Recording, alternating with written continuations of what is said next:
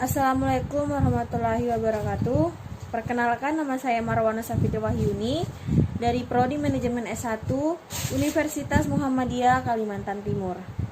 Baik, kami dari kelompok 14 akan mempresentasikan tentang dasar-dasar ilmu pengetahuan Islam. Untuk penjelasannya, mari kita sama-sama simak video berikut. Saya Nindi Apriana Andini, selaku perwakilan dari kelompok 14. Setiap usaha, kegiatan, dan tindakan yang sengaja untuk mencapai suatu tujuan harus mempunyai tempat landasan berpijak yang baik dan kuat. Sehingga pendidikan Islam sebagai upaya membentuk manusia harus mempunyai landasan kemana semua kegiatan dan perumusan tujuan pendidikan Islam diarahkan. Dari sini dasar adalah merupakan landasan untuk berpijaknya sesuatu yang akan memberikan arah yang jelas kepada tujuan yang hendak diraih. Pendidikan Islam yaitu bimbingan jasmani, rohani berdasarkan hukum-hukum agama Islam menuju kepada terbentuknya kepribadian utama menurut ukuran-ukuran Islam. Dengan pengertian yang lain, seringkali dinyatakan kepribadian utama tersebut dengan istilah yaitu kepribadian yang memiliki nilai-nilai agama Islam. Memilih dan memutuskan serta berdasarkan nilai-nilai Islam dan bertanggung jawab sesuai dengan nilai-nilai Islam. Oleh karena itu, pendidikan Islam adalah sekaligus pendidikan iman dan pendidikan amal. Karena ajaran Islam berisi ajaran tentang sikap dan tingkah laku pribadi masyarakat menuju kesejahteraan hidup perorangan dan bersama, maka pendidikan Islam adalah pendidikan individu dan pendidikan masyarakat. Dasar-dasar pendidikan Islam, yaitu dasar yang menjadikan landasan agar pendidikan agama Islam dapat berdiri tegak baik zaman sekarang maupun zaman yang akan datang. Dengan adanya dasar ini, maka pendidikan Islam akan tegak berdiri dan tidak mudah diombang-ambingkan oleh pengaruh luar yang ingin merobohkan ataupun mempengaruhinya. Macam-macam dasar. Dasar historis adalah dasar yang berorientasi pada pengalaman pendidikan masa lalu, baik dalam bentuk undang-undang maupun peraturan-peraturan. Dasar ini memberi kekurangan dan kelebihan serta maju mundurnya prestasi pendidikan yang telah ditempuh. Dasar sosiologis berfungsi sebagai tolak ukur dalam prestasi belajar. Artinya tinggi rendahnya suatu pendidikan dapat diukur dari tingkat kebutuhan dan keinginan masyarakat. Dasar ekonomi mengatur terhadap rencana dan anggaran pembelajaran. Dasar politik dan administratif digunakan sebagai tempat untuk mencapai tujuan yang dicita-citakan dan direncanakan bersama. Dasar psikologis adalah yang memberikan tentang bakat minat, watak, karakter, dan motivasi. Dasar filosofis memberikan kemampuan memilih yang terbaik, memberi arah, mengontrol kepada semua operasional lainnya. Dasar religius diturunkan dari ajaran agama dan menjadikan semua kegiatan pendidikan menjadi bermakna. Konstruksi agama membutuhkan akulturasi dalam berbagai dasar pendidikan yang lain, seperti historis, sosiologis, politik, dan administratif, ekonomi, psikologi.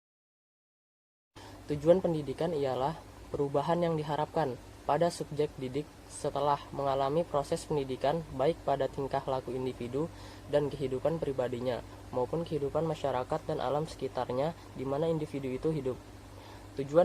Tujuannya merupakan standar usaha yang dapat ditentukan serta mengarahkan usaha yang akan dilalui dan merupakan titik pangkal untuk mencapai tujuan-tujuan lain. Di samping itu, tujuan dapat membatasi ruang gerak usaha agar kegiatan dapat berfokus pada apa yang dicita-citakan dan yang terpenting adalah dapat memberi penilaian dan evaluasi usaha-usaha pendidikan. Baik, saya akan menjelaskan dasar-dasar ilmu pengetahuan Islam.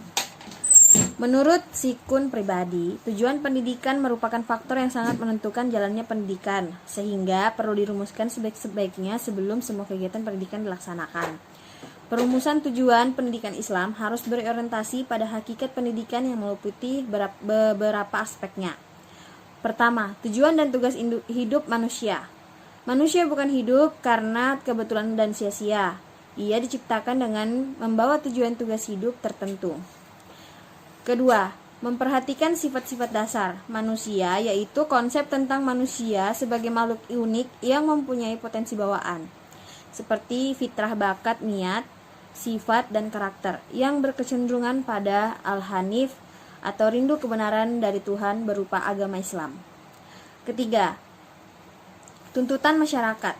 Tuntutan ini baik berupa pelestarian dan nilai-nilai budaya yang telah melembaga dalam kehidupan suatu masyarakat, maupun pemenuhan terhadap tuntutan kehidupan dalam mengantisipasi perkembangan modern.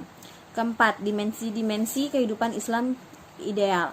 Dimensi kehidupan ideal Islam mengandung nilai yang dapat meningkatkan kesejahteraan hidup manusia di dunia untuk memanfaatkan dunia.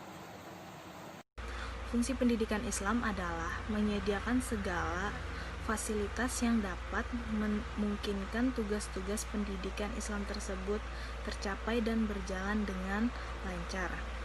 Penyediaan fasilitasi mengandung arti dan tujuan yang bersifat struktural dan institusional. Ada pula faktor-faktor pendidikan bisa berfungsi secara interaksional yang bermuara pada tujuan dan institusional, mengandung implikasi bahwa proses kependidikan yang terjadi di dalam struktur organisasi dikembangkan untuk menjamin proses pendidikan yang berjalan dengan lancar, secara konsisten dan berkesinambungan. Di sini saya akan memberikan kesimpulan dari kelompok saya, yaitu kelompok 14, Islam dan Ipteks, bahwa materi yang disampaikan tadi, pendidikan adalah sebagai sarana pembentukan iman yang berisi ajaran tentang sikap dan tingkah laku pribadi yang baik dan bermasyarakat, agar kegiatan dapat terfokus pada apa yang dicita-citakan. Yang terpenting adalah dapat memberi penilaian pada usaha pendidikan, serta usaha yang akan dilalui dan merupakan titik pangkal untuk mencapai tujuan pendidikan. Ilmu pendidikan Islam punya fungsi sebagai sarana untuk mendidik seseorang agar menumbuhkan dan memelihara keimanan, membina dan menimbulkan akhlak mulia, membina dan meluruskan ibadah dan mempertebal dan sikap beragama serta mempertinggi solidaritas sosial. Mungkin itu saja yang saya sampaikan dari kelompok saya. Kurang lebihnya mohon maaf bila ada kesalahan kata. Assalamualaikum warahmatullahi wabarakatuh.